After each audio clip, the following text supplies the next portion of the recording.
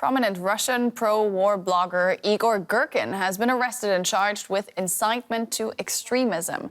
He was remanded in custody in Moscow on Friday, awaiting trial. Girkin was a vocal critic of Russian President Vladimir Putin and accused him of weakness and indecision in Ukraine. As a former military commander of the Donetsk People's Republic, he played a vital role in organizing a Russian-backed separatist rebellion in eastern Ukraine in 2014. And for more, we're joined now by DW correspondent Maria Katamadze. She joins us from Riga, where our Russia correspondents are based since authorities closed down our Moscow bureau. Maria, good to see you. What more can you tell us about Igor Girkin? Well, Igor Girkin is one of the former FSB, Russian Security Services officers. After the invasion of Ukraine last year, he escalated his criticism of Vladimir Putin. And today, as we can see, he was charged with extremist activity, as his lawyer claimed, for social media posts about Crimea, as well as the post about the Russian Ministry of Defense, which is not paying some of its soldiers, according to Igor Girkin. There were dozens of other ultra-nationalists who gathered in front of the court in Moscow, where Strelkov's trial is being held.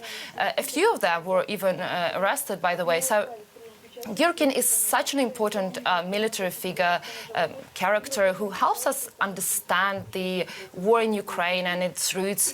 As you said, Girkin is a former military commander who is widely seen as someone who kind of initiated the war between Russia and Ukraine back in 2014. Of course, with the approval and the help of the Kremlin.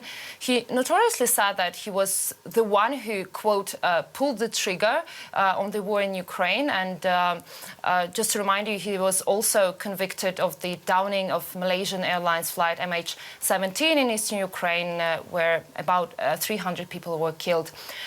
In the 90s, for instance, he fought as a volunteer in Moldova, Transnistria region, where many ethnic Russians live. And, well, if we look at his biography from the beginning, he was ideologically driven by the idea of the so-called Ruski Mir, Russian world, which is essentially a very imperialistic worldview where Russia has to return the territories that were under the Russian Empire's control and restore Russia's status as a great power.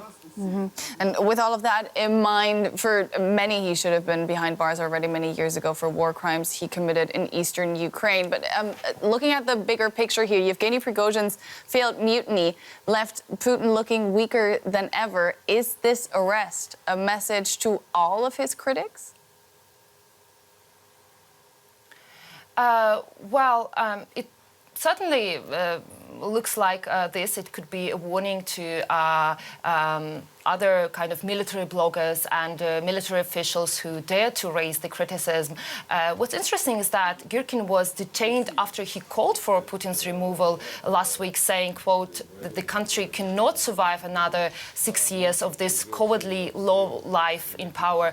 That's what he wrote on his social media, and many in the special services and among very patriotic Russians supported his hawkish stance. And his arrest could serve as a warning for others, definitely. Mm-hmm. Igor Girkin has never minced his words. You just quoted him there on a couple of occasions, and it's not the first time he criticizes Putin either. So is there a larger purge of those proven disloyal to the leader happening right now in Russia?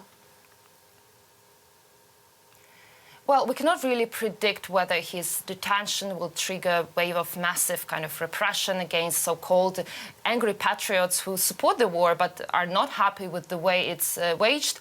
But we can kind of see the trend here, especially in light of Wagner's chief Prigozhin's short-lived mutiny, as you said. For instance, General Surovikin, who briefly served as overall commander in Ukraine, was reportedly detained after Prigozhin's riot, and we have not seen or heard from him ever since. And there was also one top general, Popov, for instance, who also was fired because he raised his voice. All this probably shows that in the Kremlin there could be a certain decision to further silence critics, even very patriotic ones. And it seems like someone in the Kremlin definitely is nervous. DW correspondent Maria Katamadze, thank you so much for your insights.